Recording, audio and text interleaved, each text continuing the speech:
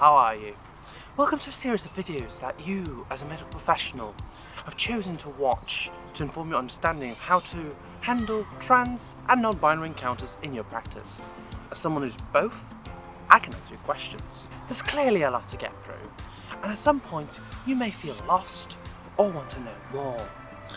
I'm happy to email at the email down below, which I've set up just for this set of videos, with literally any questions you may have that I made in good faith. Or you can talk to Northwest GP Trans Training.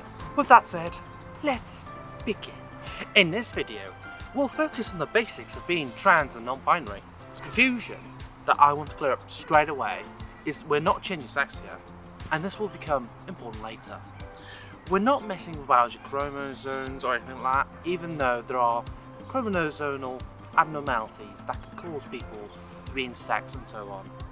You can think of gender as a sort of abstraction on top of sex, in which we choose to express sex in what ways it feels comfortable to us. Every single person in this world lies on the gender spectrum somewhere, whether that's someone who's completely cisgender and never questions their gender, to people like, butch lesbian cisgender women that you see, who dress and experience the world in a fairly masculine way, to completely androgynous people.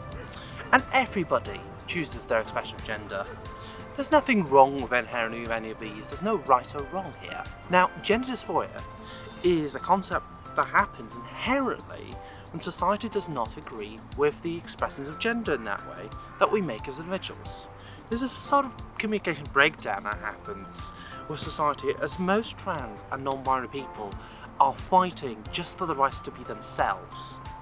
We face extreme hurdles in the medical system, in the legal system, at home and at work, and bureaucracies, as well as abuse from the public wide. As a doctor, you will be already familiar with the concept of harm reduction and how important it is to be compassionate in individuals' lifestyles.